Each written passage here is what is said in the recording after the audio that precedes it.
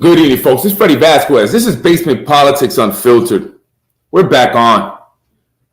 Little technical difficulty. Tonight, I have Michael J. Khader, former City Council President, with me doing an interview live. Join us.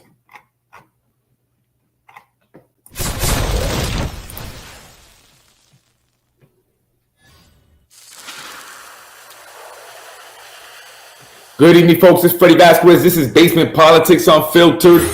Tonight, guest Mike Khader, former City Council President, to discuss everything with Freddie Vasquez. Tonight, folks, get your questions ready. Did you pop your popcorn? We're here, folks.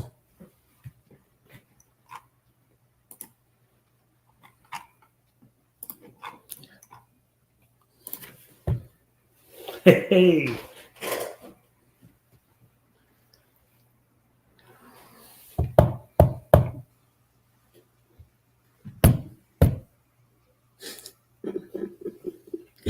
Good evening, folks. I'm Freddie Vasquez. We are about to get it popping tonight. This is Basement Politics. Go ahead, hit it one time. Let's get it popping, Freddie. I'm letting Mike Khader have a little fun there with my sound effects. Let's get it popping. I'm showing them where all the different ones were on the pad. Folks, thank you for joining me. I'm Freddie Vasquez, and tonight I've been waiting for this interview. I've got my man to the right here, Michael Khader, former City Council President of the City of Yonkers. Thank you for coming on the show. Welcome. I got to give you a round of applause. I got to give you my folks. Thank you, Freddie. Thank you. Listen. I know you saw earlier. I know you were on earlier with the Yonkers Voice, and that's cool. I wasn't really upset about it, but I just, what's up with that, man? I saw that you guys spoke about me a little bit.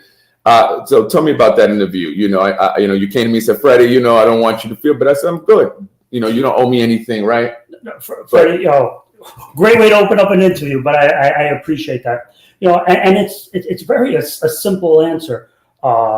Yonkers Voice, I've had a relationship with, and we actually even discussed it. We met back during 2017, and we made in contact. And he asked for the exclusive, and he was, very thorough in following up and making sure that he had first dibs, and I committed to it. And to be quite honest, if you asked me first, I would have committed to you. No, it's nothing ulterior about it. Listen, and people should know if they know me already, been watching the show, I don't really take a lot personal, and I completely understand.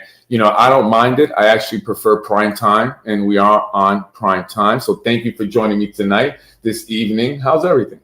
Things are well. Things are well. It's been a little, busy couple of weeks, and I'm finally excited, to be here and see your studio. You have a very good operation, and I could see why you're growing. With the sound effects and your and your presentation. It requires time. Absolutely, it requires a lot of time, but thank you. I appreciate that. I really work hard to bring information to the people. Right. And that often means that I have to go different places, have to go to people and find them. Right. But I heard you speaking about, or not you, but the Yonkers Voice, in that, he tried to get you into a corner and get you to agree with him that I was a stalker. And I'm not sure why I was even brought up. I think it was such an important interview that it was really a waste of that time, that he had with you.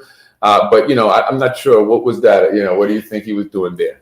I'm not sure, and, as an interview, we always ask, okay, what are we going to be discussed? So, you never are prepared for what's going to come out. I'm not sure I can only predict what's going to come out of your mouth. And Freddie, I'll say straight out, and this is not just for you or for, bloggers and people on websites and fake accounts, real accounts, supporters, non-supporters.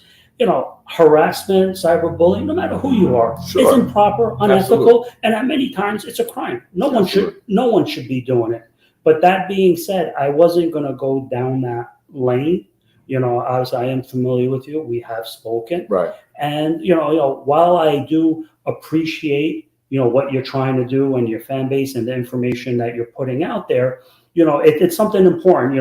Let's clear And I want right. Let's clear the pink elephant in the room and get me your ID because I want to make sure. Is your last name Vasquez or is it Khader? I'm starting to think it's Khader. I mean, some people are saying it so much, and that's what I wanted to go into next, right? And that's kind of why I even brought that up. I mean, honestly, I didn't want to talk much about that, but I did want to mention it because I wanted to talk about the fact that people, or certain people, right, want to make it believe or be perceived that you are behind me. The Khaders are sponsoring Freddie.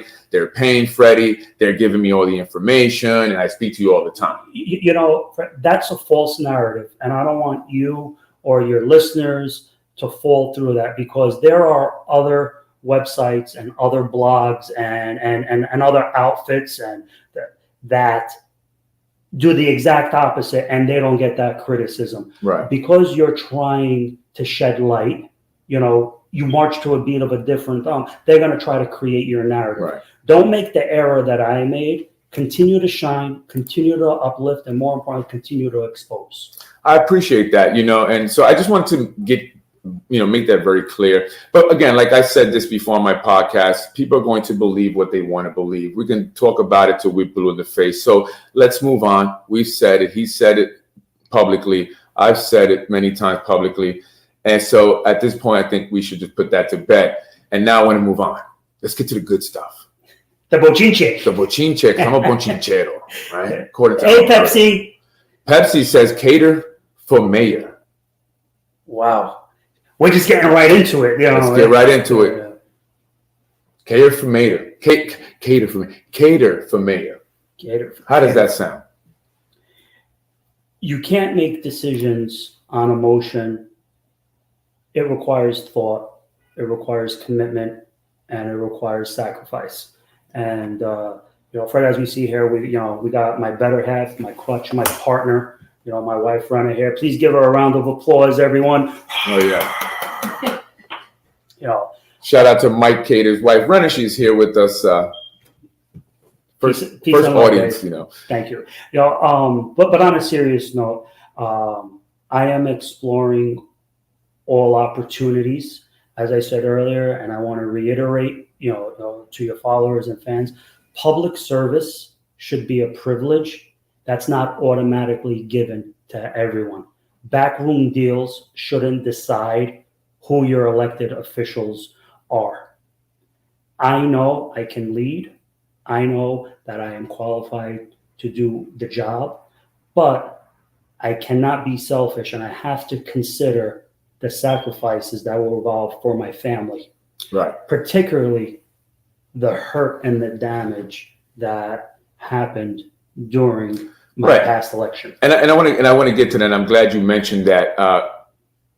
You went through a lot, right? And I did speak to you when it was around the time it was first happening, and and I was speaking to your brother, and they were making me aware of some of the things that you were receiving. Your wife was receiving text messages, phone calls, mailers, your neighbors, and tell me, how was that on your family? Because people want to say that Mike Khader is simply bitter, right? And I'm going to get people, oh, he's always defending.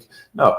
People say Mike Khader's bitter. He's a sore loser. He lost. That's it. Just move on. But I don't buy that. I don't subscribe to that idea. And I tell you why.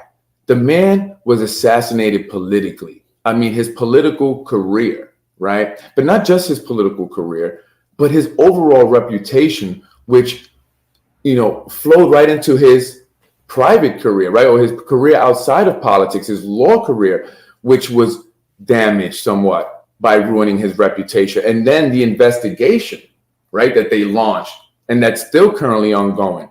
I mean, this isn't just a sore loser or I'm bitter. This is, you guys took a lot from me. You guys put me and my family through hell and are still continuing to do so. Tell me about that. What did your family go through? Your wife? In a democracy, in an elected democracy, there's always a transition of office. I am absolutely not bitter about the election results. In fact, the day after the election, I called the current council, Lakeisha Collins Bellamy, congratulated her. Okay. I offered help. I posted on social media the next day. This has zero to do with sour milk, but that's the narrative they're trying to frame. Right. They have deep pockets. They have certain print publications and certain online blogs under control, so they create the narrative. And what you do is when you constantly repeat something over and over and over again, it just it becomes the truth. It must be true. Right. On the contrary, I'm actually in a better place and space right now. The constant threats, intimidation, the psychological manipulation, borderline blackmail. Right. It takes a toll. It'll take a toll on anyone. I would imagine. And what I needed to do was unplug and focus on myself, because if I'm no good for myself, that means I'm no good for my family. Right. And needed to reassess and take time with my wife, my kids, my parents, my brothers, sisters. As you know, we have a huge family. Very big family, very big protective family. I may add, and John Khader becomes in handy sometimes. He's been very vocal. Lauren also, shout out to you. She's also expressed her opinions. She's even now being blamed for the exposing Yonkers corruption. I'm like, no, it can't be them. They will tell you to your face. They have no problem with that, right? Lauren, a single mother raising two boys. Right. Lauren, if you're listening now or live or whatever it is, continue to shine, continue to uplift. And, you along with Rena, I wouldn't have been able to go through everything without your support and love. Your force of good continue. Speaking of Lauren and John, they got blamed for your re-election loss, right? Your lawsuit alleges that you lost that election. Well, part of the lawsuit alleges that you were attacked by a committee for a better Yonkers, which we'll get into, and all this money that was put behind this committee up against you and stuff. But those who are on the other side say, Freddie, it was because of Lauren, it was because of John that Mike lost his election. They blame your two siblings. Let me say, well, you mentioned two things. One, the lawsuit speaks for itself. It's something that I took personal time in writing and developing, and I stand by it. I'm not going to try this case on social media, right, on any blog.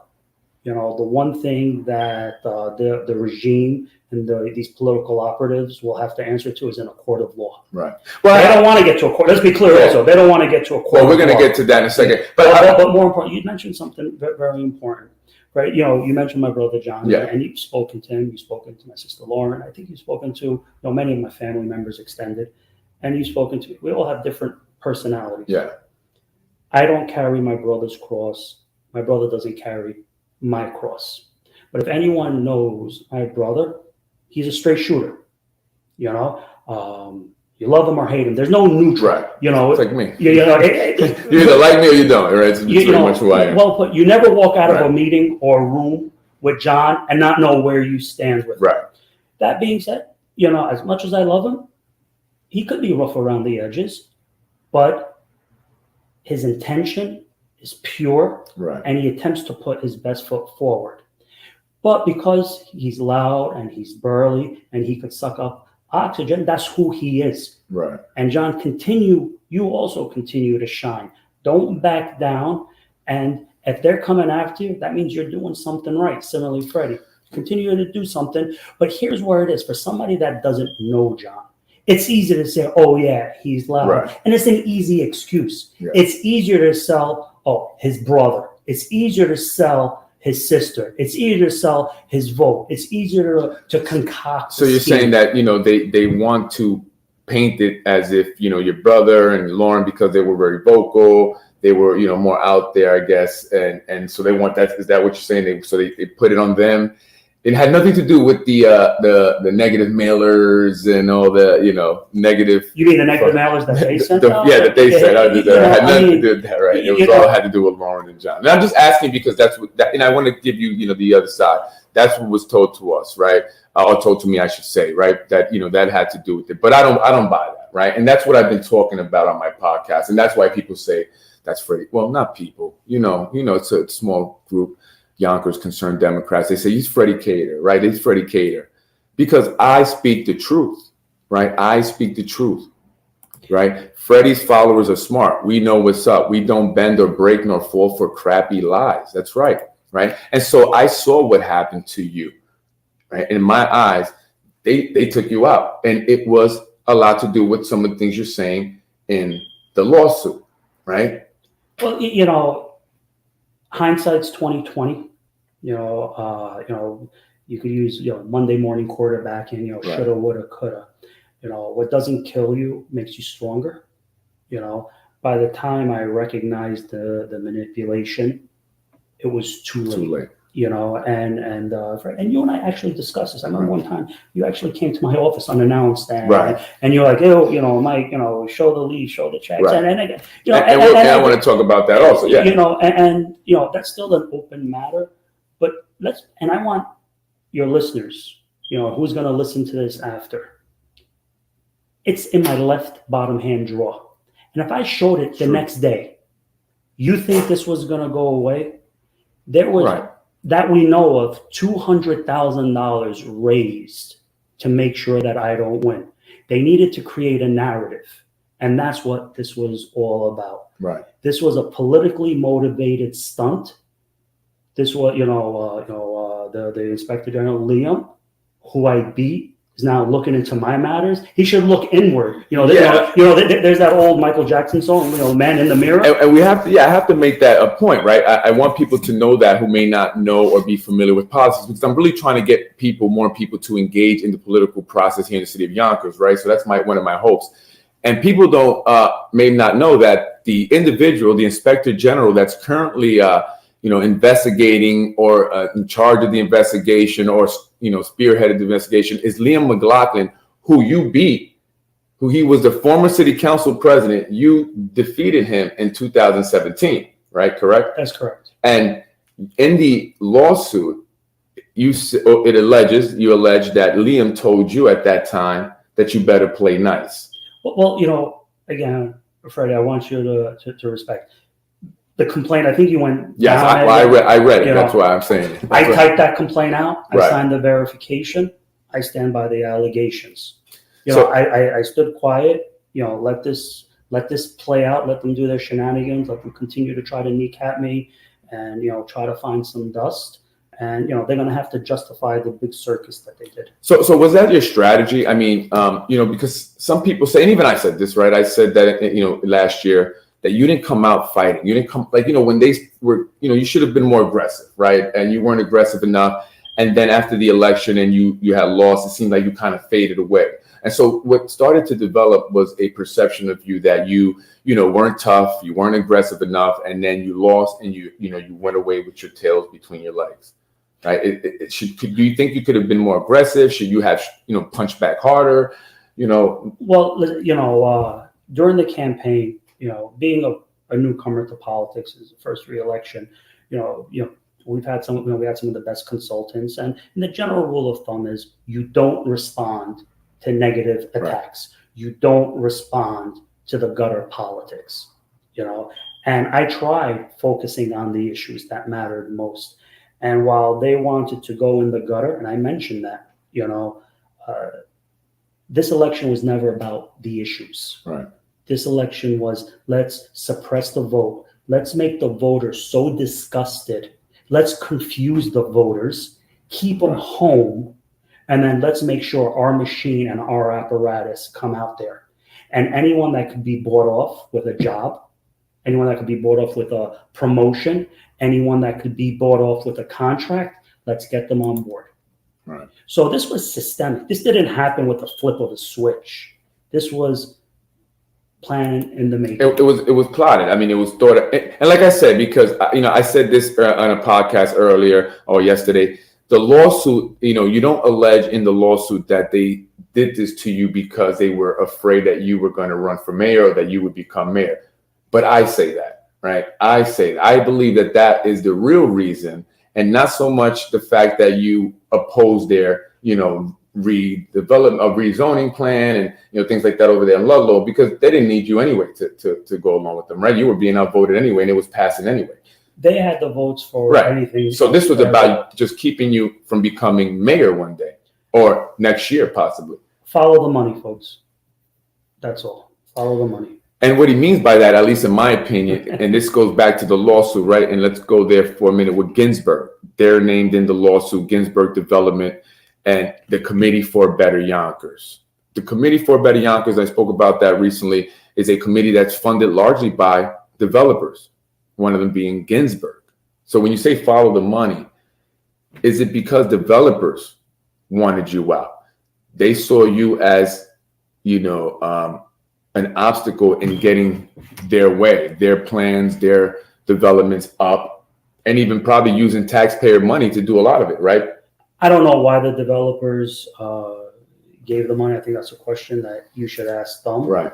I can't answer for the developers, but we know what the committee did, and that's why they're being named. Right. And the Committee for Better Yonkers, I spoke about them, is a political action committee that was funded largely by developers and real estate lawyers. And so I showed you the expenditures on a podcast recently. And in the lawsuit, again, going back to the lawsuit, Rose Press Inc. is named in there as a defendant, as well as I forgot what that person that, let's talk about Rose Press Inc. They the ones that printed up the mailers, the flyers, and all that stuff. It's owned by a gentleman by the name of Pat Masando, who is the brother-in-law of the mayor, right? They received a lot of the money. You read the complaint pretty I did my homework, absolutely, right? And I read it on the podcast, so people, may be familiar with it. And, Pat being the brother-in-law of the mayor, receiving all this money from the Political Action Committee, maybe even if it was for legitimate services, right? Printing and stuff like that, right? But it seems like they just spend most of that money just attacking you. The almost $200,000 that they raised. That we know of. We're not even talking about the dark money. What is that? Tell me about that. I didn't read that part. What's the dark money? What does that mean? Dark money means money that's not accounted for, and the straw donations that happen. Interesting. I want to get back to, let's go back to when you were city council president, right? Sure. One of the things I've said, and this is why people always say Freddie Khader, is because I always praised you as the guy that authored the affordable housing ordinance that wanted to increase the required, affordable housing percentage to 20 from 10%. You were the one that authored it. You pushed that. Shanae Williams, also you approached her, I believe, and so she can maybe help you get it passed. Tasha Diaz also jumped on that. Many people may not know that. You're the guy that really wanted affordable housing. Tell me about that. During 2017, there's a housing crisis. Absolutely. Not just in Yonkers, not just in Westchester, New York. It's across the country. Yes. Rents are going up. People are literally being, evicted. So it's a priority. We're the third largest city, and I remember speaking to a lot of community groups. What's your position on this? And we wanted to make it a priority. And the question was, what's the right number for affordable housing, or do you go for, fixed income? And it's on paper, it's fairly simple. We need more affordable housing. Right. That way, the residents of Yonkers could benefit. But clearly, the developers are in the business of making a profit. And God bless you. Right. You're in the business of making money. But it was my position: if you're taking tax dollars, pilots, from the IDA, then you need to give back to the city. Right. And that became a major contention. It became a major contention for the emergency, the call to action for our residents without permanent housing, for the lack of jobs. And it was a constant reminder that it needs to be addressed. So yes, the original version, was drafted, came out of office, but it was an important issue for many of my council colleagues. And I think at one point or another, everyone had edits and revisions and stuff. It was a work in progress, for lack of a better word. And, it was put, through political shenanigans, in a committee, that stalled it. And then obviously we had the COVID. So there was a lot of reasons why. Well, if I may, but there was a lot of reasons why it took long, right? But it had nothing to do with me not supporting it. Right. And when we finally had it passed, it was vetoed. Right. It was by Tasha Diaz, who is now the majority leader, who, in my opinion, became the majority leader because she did veto it. And so this is going back to the Committee for a Better Yonkers. Why did they fund this committee, the developers? Because they didn't want the 20% increase. They didn't want to have to be required to make 20% of the units in those luxury developments for affordable housing. Mike wanted that. You're the only one that genuinely, I think, wanted it. Maybe Shanae. I just think Shanae's not really, she doesn't have, she's scared. You got to see her when she was trying to ask Wilson Kimball a question, right? But you stood your ground, right? And so you were the one that had to go because you wouldn't back down. Yeah, you got to understand something. I am only one vote. So you have to you have to build a coalition, and I was able to, but unfortunately, coalitions are they last as long as a cup of coffee. Right. Especially in politics, right? Exactly. I mean, the majority leader was in your home, cooking with your children, and all that. Now and then she was throwing you under the bus the next minute, and then killing the affordable housing ordinance. That's unbelievable. Now, let me ask you, how was it as a city council president, working, within the city council here of Yonkers, working with, Corazon, Shanae, and, the other colleagues in the council? How was that experience? Well, what you see on the outside, no one sees how the sausage is made. Right. I don't know if you ever heard of that. I can understand it, yeah. And there really is no onboarding. Usually when you go work in a company, here's a policy, here's the rules, right. Here's what you have to do. It's almost the requirements to get elected or even to get on the ballot are so minimal, and then winning is just, who gets, who has a better turnout, right. or who raises the money. But once you go on, there is no orientation. There is no, remember in Barnes and Nobles, the yellow book, right. IB, Yeah. No video to watch before, There's nothing to teach you how government runs. Right. And I'm not embarrassed to say I came as a political newcomer. And so there was a little on-the-job training when it came to politics. And I relied on the wrong people to help me out. I felt that I had a good grasp of the law. I felt I had a good grasp of the issues that mattered most for the PTA moms, for the small businesses, for homeowners. And that's why I tried to introduce legislation.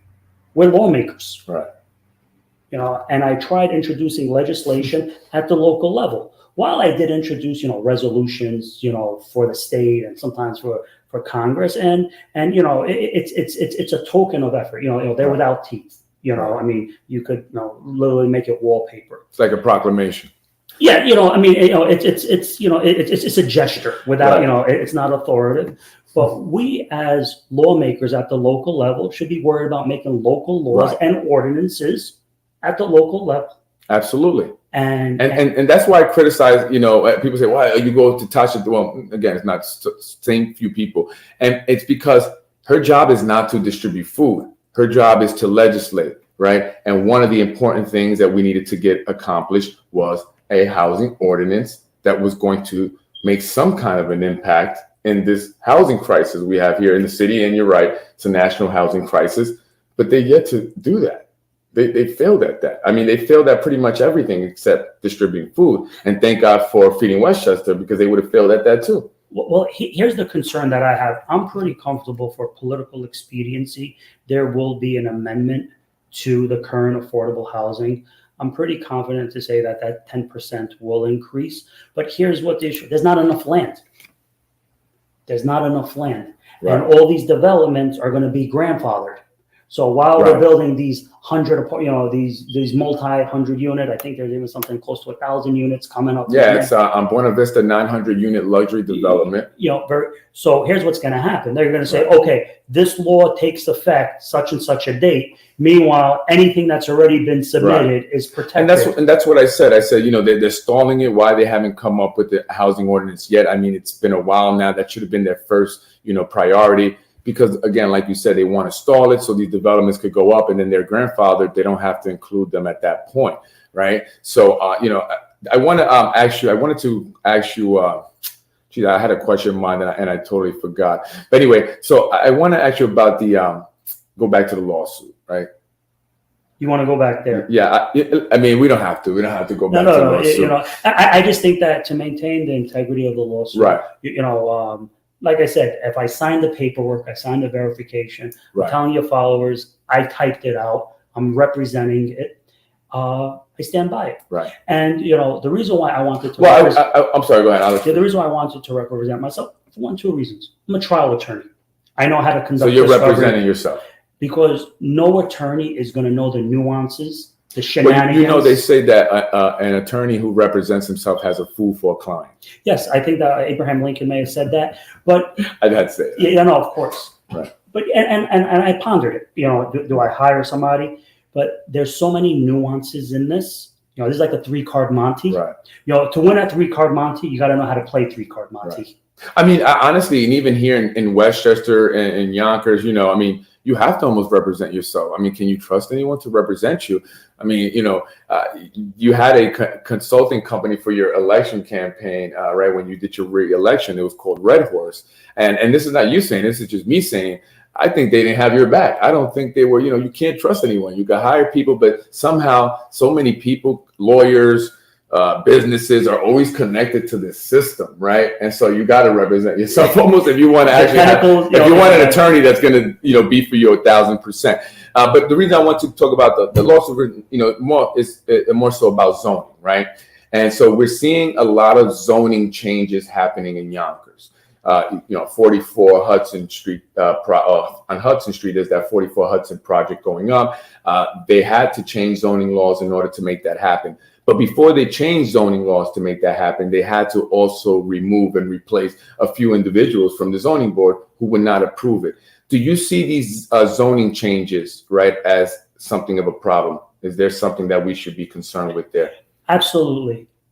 I'm never opposed to development. But what we have to be strategic, we have to be tactical about it, and it has to be smart development.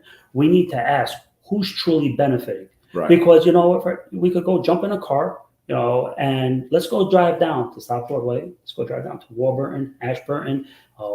And I want to ask that local bodega owner, are you benefiting from this? Right. I want to go ask that mom that's living in Section 8 house, are you benefiting from this? Right. I want to go ask that husband and wife that are holding 3 jobs just to make ends meet. Are you benefiting from this? Right. That's the problem that I have with the issue. You have the haves and the have-nots. And the vast majority of this city is a minority majority city. Right. The numbers don't lie. Right. And they're not reaping the benefits the way they should be reaping the benefits. Right. I agree. The numbers don't lie. I agree. I mean, this woman, Pearl Costello says, are they going to do affordable housing for disabilities? And I know they were doing a couple of senior homes, but there's so many people that are actually in need of housing. People recognize me now from doing basement politics, and they stop me in the street and they say, I just got stopped yesterday. They kicked my cousin out, or they evicted my cousin. My cousin had to move because they raised the rent. And this is in the Nodine Hill section on Ash Street, right? They're raising the rents in the Nodine Hill section, which is probably one of the poorest communities in Yonkers. That neighborhood, and they had to leave, right? That neighborhood has been neglected, and it's only getting worse. And it's problematic that one of the worst neighborhoods, unfortunately, in the city of Yonkers, rents are increasing in one of the worst neighborhoods. That's my point. And I want, if anyone lives there, this is not a sign of disrespect for the Nodine Hill section. No, I grew up in that neighborhood. I had aunts and uncles that lived on Linden, Beach, Oak, Ash. And I can vouch for that because the Khader family also lived on Buena Vista, where I grew up. BVA. BVA right there. And it wasn't peaches and cream, all right, growing up there in Buena Vista. It was rough. It was very rough. And so, but yeah, there's just a need for a lot to change here in the city of Yonkers. And for the sake of time, I want to move quickly over to education, right? And I want to ask you this. You're the former city council president. You have experience with this. I want to hear what you have to say. Our schools are in horrible shape. I mean, literally, some of the buildings could probably be condemned, honestly. What is going on? What was happening while you were city council president, in terms of the schools and getting them, up to par, renovating them, building new ones, where there's one being built, but what was happening then? Freddie, you raise a very interesting point about the way Yonkers is structured.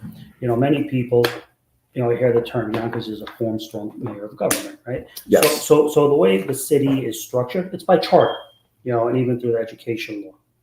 The issue that we have is this part-time city council that really doesn't have the resources nor the training in-house to properly succeed is obligated to make two of the most important decisions. People say, what are the two most important decisions of the city council? It's two things, and we touched upon them. One, vote on a $1.3 or $1.2 billion, B, folks, not billion, $1 billion budget, and for zone changes. Those truly are the two most important things. Ribbon cuttings, flag raisings, and proclamations. That's retail politics. Yeah, right? I've been doing a lot of flag raising lately. And listen, unfortunately, that is part of it. We call it retail. Sure. You want to connect with the community and stuff, but you definitely have to focus on what's important. And you mentioned, zoning changes and stuff. That's where it is. So I remember for 4 years, and I would literally butt heads with the board of trustees because we would get this big budget. It was literally books with papers, and the information doesn't jump out at you. Right. You have to go through it. You have to go through, and you have to know what you're looking for. Right. And what you're reading. For what you run, what you're looking for reimbursements, what's for staff, what's optional, what's contractual. It takes time, and I want to be able to say that it took me time. Right. To understand the budget, and I've had help because that's how complicated it is. Sure. It's a strength to know your weakness. Like, hold on a second, what does this mean? What does that mean? And then once you understand how the budget is produced, then you could understand it. Right. So numbers, and I could pretty much tell you there are certain councilmen that don't understand the budget. Yeah, how are you going to be effective, right, for the people if you don't understand what it is you're looking at, right? And this is something that I've said on my show before.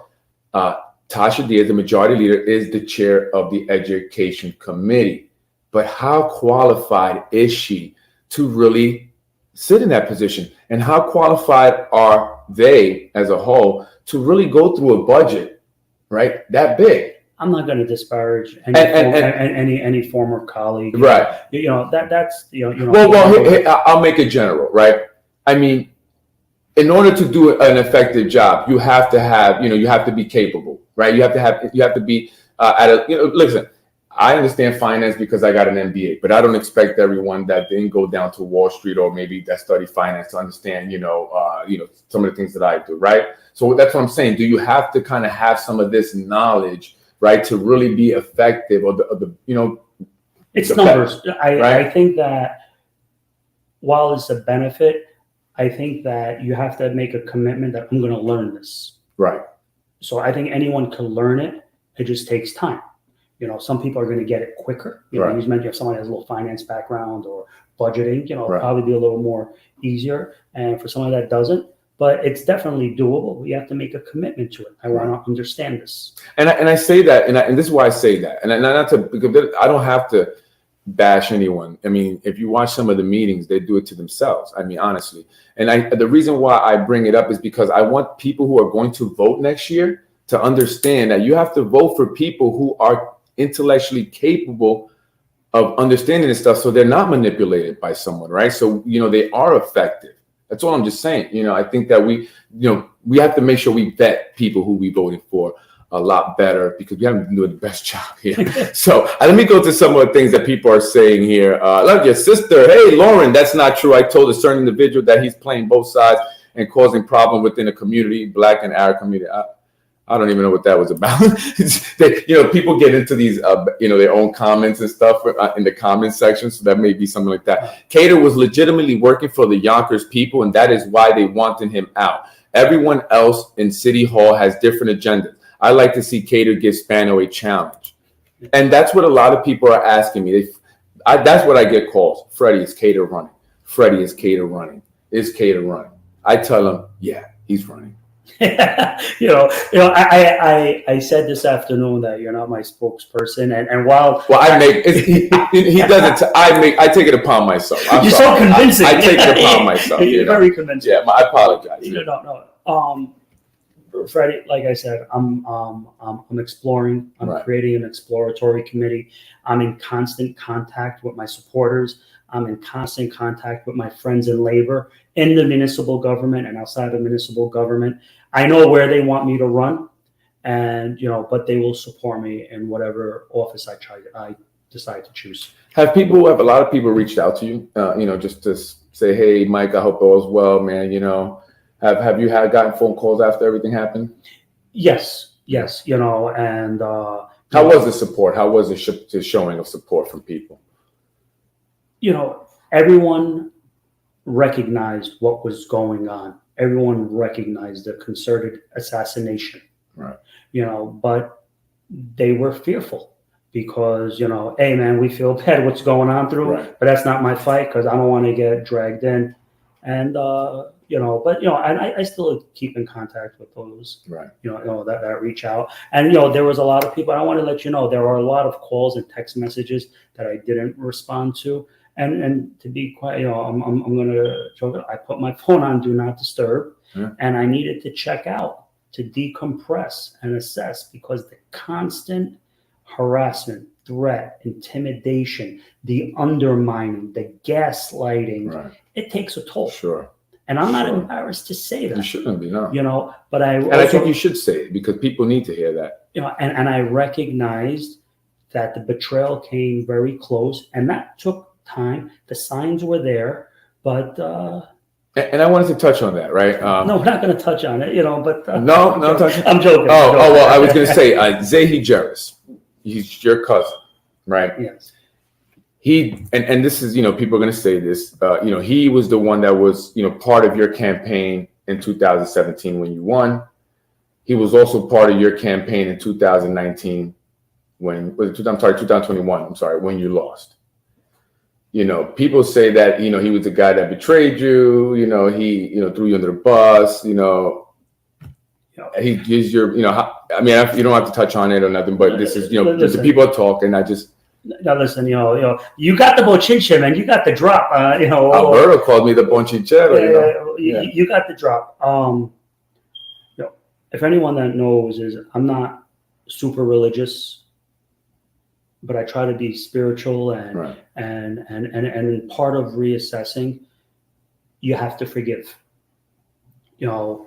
Anger, hate is a heavy luggage, and you have to pay extra on it. When you're traveling, and if luggage is heavy, you have to pay an extra fee.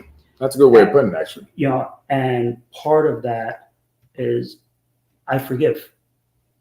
And by all means, there's of course many people who see the passion, right.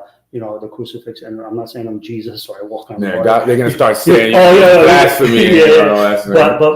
But there's a very powerful line, during the crucifixion, right. and I'm going to repeat it with humility, is where Jesus looks up, to the Holy Father and says, "Father, forgive them, for they not know what they do." Right. And call it for pure selfish. I forgive them. Right. I mean, you have to. I've been in a situation like that where my own family members have done something to me that was very horrible, and I thought that they'd never do. And although I don't communicate with them, I don't hate them, right? I don't carry that hate, and you and I spoke today because we wanted to touch base before the interview, and I was telling you about me going through that and you having gone through this, and I said, Mike, as your wife, as hard as that was, and difficult and very traumatizing for your family, everything happens for a reason. I'm a very spiritual person, right? I wear my beads every day. Everything happens for a reason. And even though I went through that hell with my family, I came out in a better place, a place I never thought I'd be at. And I'm happy to be here. And I think if you don't already see that, I think that's what's going to be happening for you, or is happening for you and your family. I think you will come out at another place where it will be better than you were before, even though you went through that hell. But you're in a much better place, and an amazing place. Yeah, I feel that. I generally feel that I'm in a better place. I'm in a better space. Good. And, I'm focusing on myself, which is something that I didn't do for a long time. Right. I'm able to concentrate on my wife, my children, my elderly parents. And there was some of the most basic things you take for granted. Right. For those who know, I have a law office on Yonkers Avenue. And you are paying rent, correct? Oh yeah, I'm paying rent. Got to make sure I got access, guy. You know? Yeah, paying rent. But my parents don't live too far from where my office is, right? A couple of minutes. And my life got so complicated that even going to go get a cup of coffee to meet with them in the morning, I fell out of that habit. And now, just reassessing and reconnecting. And when life gets complicated and when you really see what are the most important things and what truly matters, it's family and faith. 1,000%. I agree. And this is why I'm at where I'm at. The same thing. I came to that same conclusion. Same. Yeah, it really is. We kind of went through a similar experience in that, and it did kind of make me realize what's really truly important. You reassess and you evaluate what matters most in life. I was always working, trying to get a dollar, and then we had this thing happen to us, and now I know my family is what matters. I don't care if I'm broke. Someone said, "Oh, you go." They wish me to go bankrupt. My whole family, they wish me to go bankrupt. I said, I don't care. If that's the worst that's going to happen to me, then I'm all right. I'm okay. Right? I got my family is still alive. Somebody here, Mike is genuine liberal Democrat, not an Albany Republican hiding in the Democratic Party for political convenience. Someone said, great interview. Need SSI to raise a lot. Yeah, I don't know if you can the city council do anything about SSI? No, rent is too damn high. Yeah, well, we have to vote, folks. That's how we deal with it. We get certain individuals out so we can stop all this luxury craziness that's bringing up the rents, right? I like him. Met him at a job fair. What's up, Ronnie? Appreciate you, man. Is that his real name? I just always wondered that. Yeah. He's a good guy, like Ronnie. He deserves more respect than what he is receiving, Maddie, appreciate you. Thank you so much. Doesn't matter how they treat me. It's how I treat them. Say their names. Say the bullies' names. God will carry you, Mike. Peace and love, Maddie. Peace and love. The will of God will only take you where his grace can protect you. Mike is there. I read that one already. Spano is taking care of his family first. They work for him. Posible. Don Nicky Boy, tenured boss of the Spano crime family, is obviously going to arrange for his demise of any contender to his baby brother's seat. And I don't know if you know Anthony DiMaggio. He is a former Yonkers police lieutenant who had his bout with the city, and he's actually been coming on the show. He's been coming on every Friday. We've already done 5 interviews. We're going on number 6 this Friday. So that's really a popular interview. A lot of people like what he has to say there. Freddie followers are smart. No, what up? That's right. Thank you. Freddie's grown because he's for the truth and the people. No sugar-coated BS on basement politics. Thank you. Looking sharp. All right. Looking sharp. Me or him? No, him. He's talking about you. Hi, Mike. Hi, Freddie. Hey, Catherine. How you doing? Hey, Catherine. How are you? Long time. Never let your enemies know when they are making a mistake. Yeah. Well, they don't know. That's kind of like some Sun Tzu and Art of War. It is, and I'm all about the art of war. You're right, because you have to keep everything, close to the vest. If you are weak, appear to be strong. If you are strong, appear to be weak. Art of deception. So impose your will on your enemy, and you shall fight 1,000 fights and all that. Listen, I've been using that recently, though, with this whole thing that's going on in the building department, and everything I've been dealing with. It's all been Sun Tzu with me. All Sun Tzu. They think I'm crazy. But that's just an act, right? Crazy like a fox? Yeah. Appear to be crazy when you're not. Right? So that's what I do. But yeah, so, someone said hi, also hi to Renna. They said hello, Renna. The boss lady. Come on, give her another round of applause. How's the boss lady doing? How's she been doing? I said you can come on if you want, but how's she been? How's she taking this? It's got to be tough. You know what?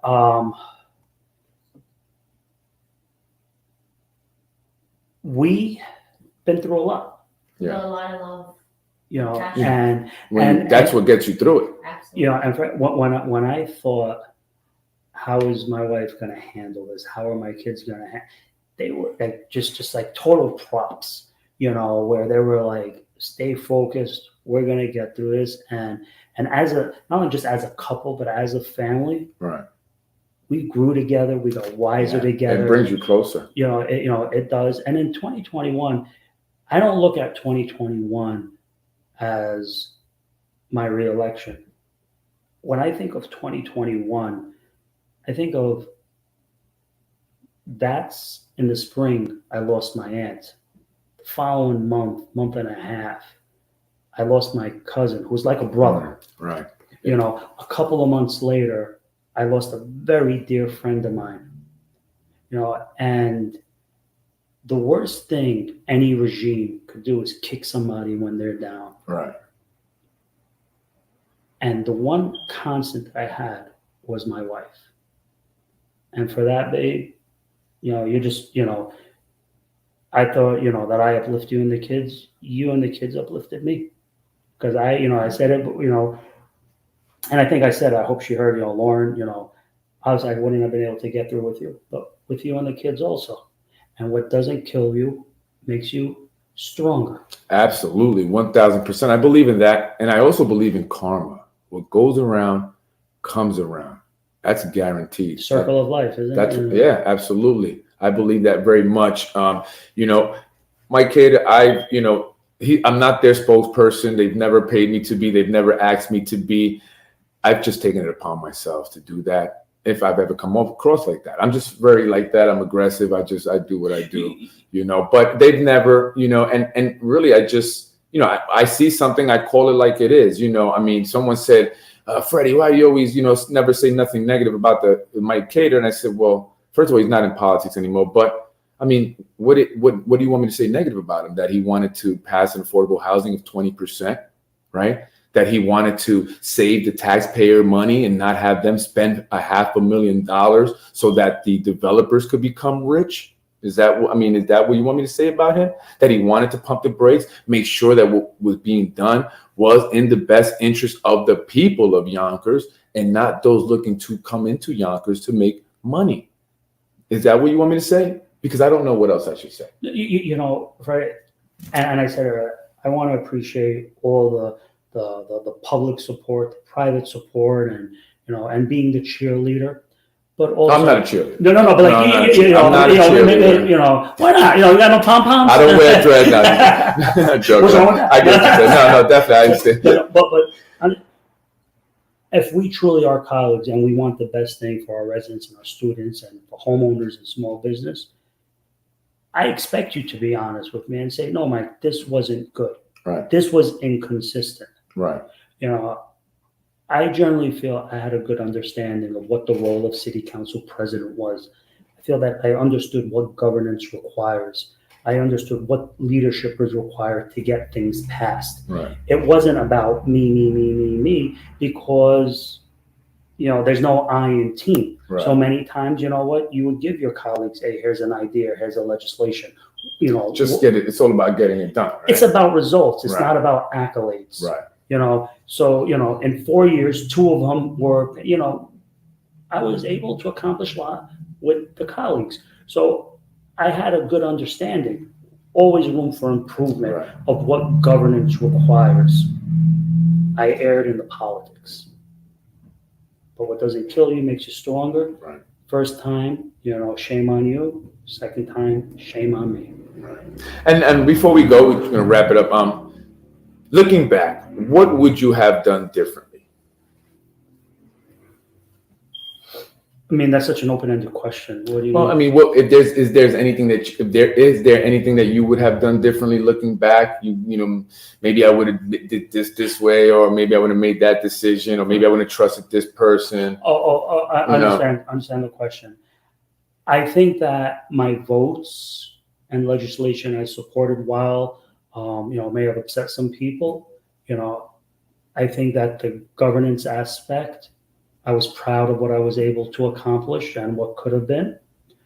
I think that in the political shenanigans, I should have followed my gut. I should have seen the warning signs, Right.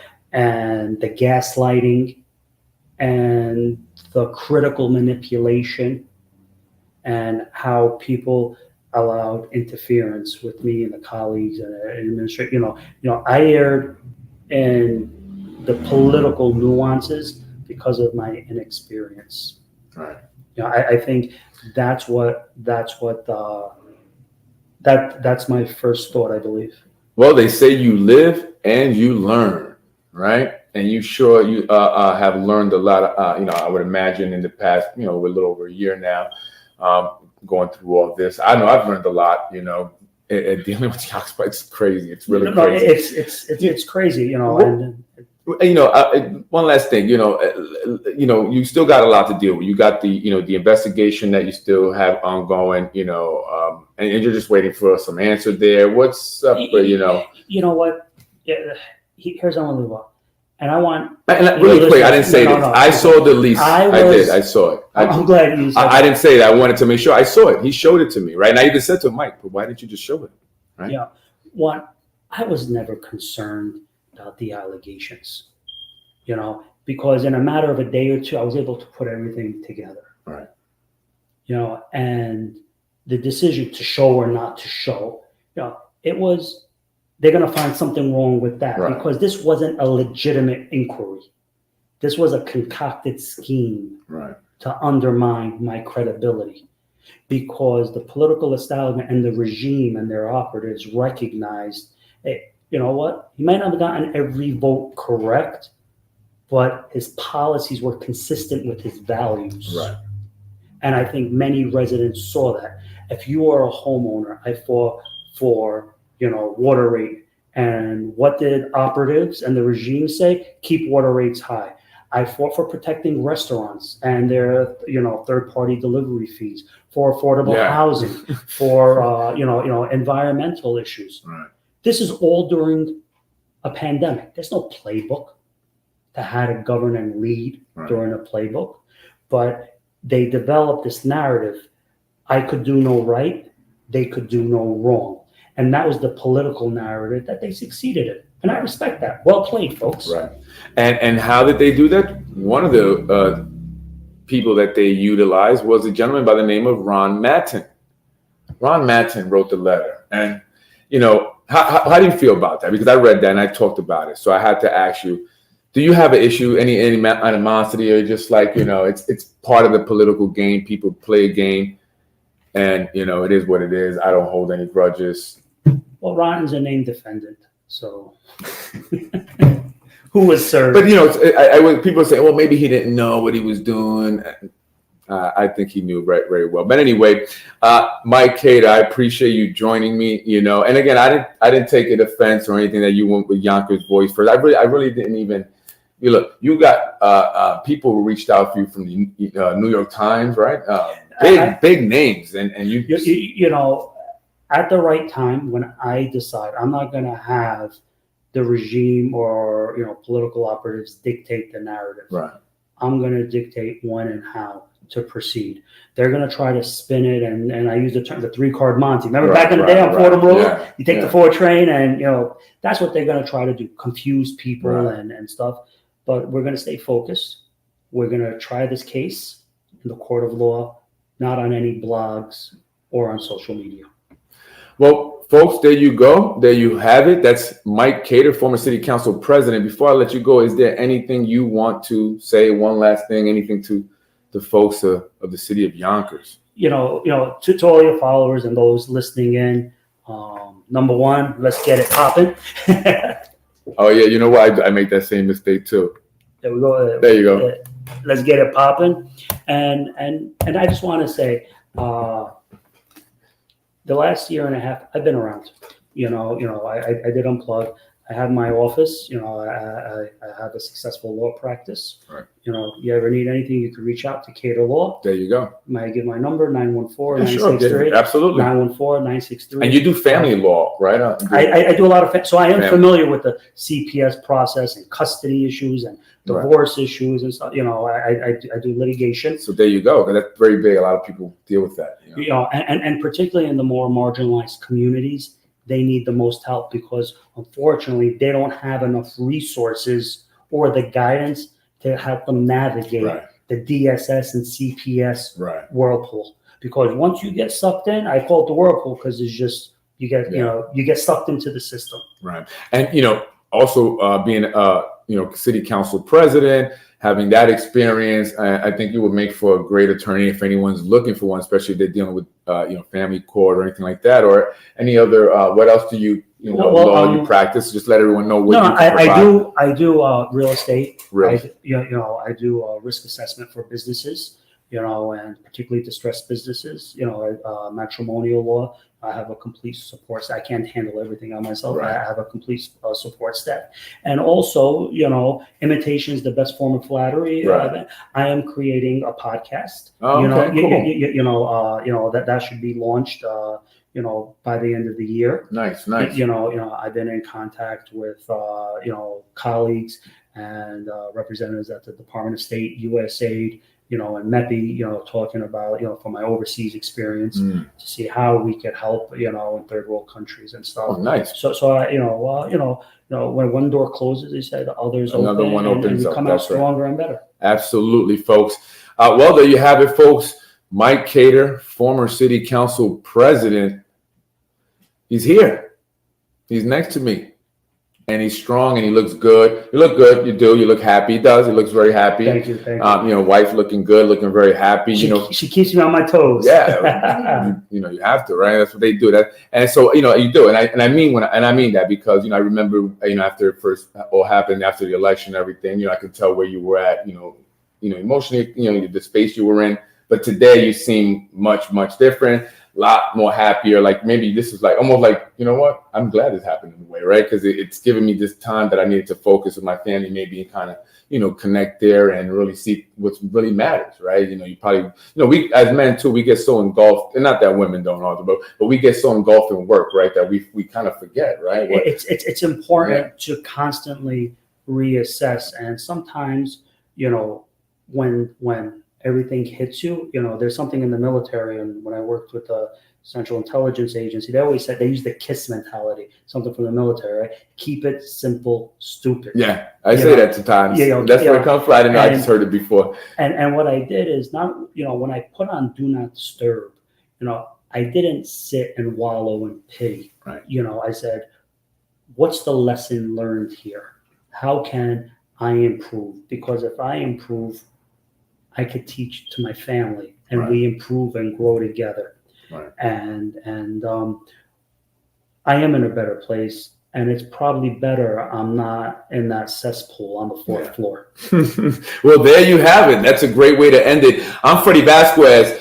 This is Mike Khader, former city council president of the city of Yonkers, where a lot's happening, man. It's been getting crazy. Maybe you're right. Maybe you're better off not being there. Thank you, folks, for joining us. We had a lot of people there. We got up to like 50-some people at one point. Thank you for your comments. Water rates are crazy. Taxes went up as well. CPS is criminals. Shots fired. Those are for your friends of Mike Khader. Bravo, wonderful. Looking forward to your new podcast, Mike. There you go. See, we already got you people supporting. Who really represents us? We do.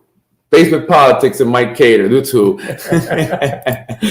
We have a march yesterday about family court reform. Yes, they did. You are a family court attorney. How can we stop the abuses and violations of constitutional, federal, state, and states by rights by judges? Can I answer that? Absolutely.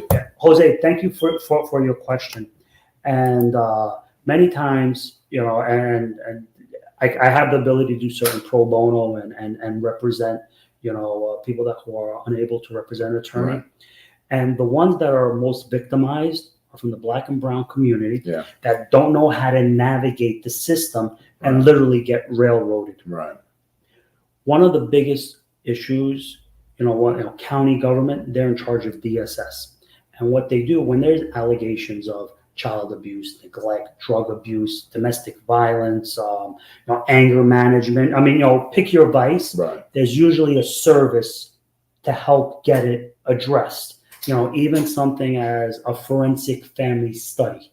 So, many times, if there's a custody battle, right? Where should the child live, or one parent shouldn't get custody or access rights. So what the court does is they refer it out to appropriate agency. Okay, DSS, they call it COI, court order investigation, and they'll do a quick study. Right. If anyone's been involved in that, they receive the call from the caseworker where they do an interview. Unfortunately, there's not enough resources out there. The system is not broken. It was designed this way. And what I recommend for anyone that's ever had an issue in the family court is contact your county legislator, because they are the ones that fund DSS. And here's what your ask is. We need not more caseworkers. We need more resources to follow the caseworker's recommendation. Right. You know, even something as supervised visit. And I have a lot of colleagues in family law, matrimonial law, and Jose. So I'm sorry I'm giving you a long answer, but you know you have to add context for those who have never dealt with the family court bureaucracy. Consider yourself lucky. You know, yeah, and you're lucky. So even something basic as like supervised visit, when allegations are made, sometimes a parent needs to go have supervised visits. That way, you know, they get a track record. They, you know, and supervise see what's the interaction between the, you know, between the child or children and the parent, and they'll prepare a report, you know, to the court. There's only in the entire county, there's only 2 people. Really? So you could just imagine the backlog to do a forensic evaluation. They're overworked. Wow. So the answer is it's not a city issue, right? Because the resources truly come under the DSS, which is a county department. And the person I think you would want to call on the county, your county legislator, would be Christopher Johnson, who I believe is the chair of the DSS committee for the county of Westchester. I wasn't aware of that. But well, I had to find that out. But clearly, he's not. Unfortunately, I had. Clearly, he's not. You know. Well, we're waiting to get the citizen review panel for CPS. He said it's in the state. I guess we're waiting on the assembly or the senators. I don't know. Families are falling apart. You know what I say? Yeah, I'm telling you, this is what I'm saying. And the families, the people, we suffer. But guess what gets done? The luxury developments. Whatever they need, they get it. Zoning changes, you got it. We need the fire stations in the way, knock it down. Out the way. Freddie Vasquez, anything else in regards to that? Thank you all, everyone. Peace and love. I'll see you around. Thank you. I appreciate everyone who was watching tonight. Thank you so much. Man, we had a lot of people. That's actually broke a record. What do you do about corrupt judges? I'm not even going to go down that avenue. You know, I don't know how to answer that. I don't know, file complaints, you know, and it's tough because I'm sure people do file complaints and unfortunately they don't get heard. You know, I'm fortunate where I appear before many of these judges and sometimes their hands are tied. Yeah, sometimes the judge's hands are tied. Yeah, sometimes, you know, the judge's hands are tied. I don't know. I don't want to get into the specifics about, you know, that issue. But, you know, if you're not happy with the judge, you know, show your concern to the attorney. That way the attorney could express those concerns in a proper, respectful manner to the bench. Well, there you have it. And if you have any other questions or you would like to speak to someone about this in more detail or sit with someone who is an expert and will, you know, guide you through this process, Mike Khader can do that. Just one more time, maybe your phone number where they can reach you, your office. Yes, 914-963-5529. And you can follow me on the gram at Khader Law. There you go, folks. At Khader Law. Reach out to him if you have any questions. I'm Freddie Vasquez. Thank you, folks. I appreciate it. Have a great night. Be blessed, everyone. Peace and love. Told you. The real show, the real interview was tonight. Like to mess with people. Folks, this is Freddie Vasquez, Basement Politics Unfiltered. Thank you. Shout out to Inside Yonkers. Make sure you check out the page. Follow the page if you don't already. Inside Yonkers. Shout out to my guy, Anderson Flan. Check us out on Thursday at 8 p.m. for another episode of City Talks. Once again, thank you, folks. I am Freddie Vasquez. This is Basement Politics.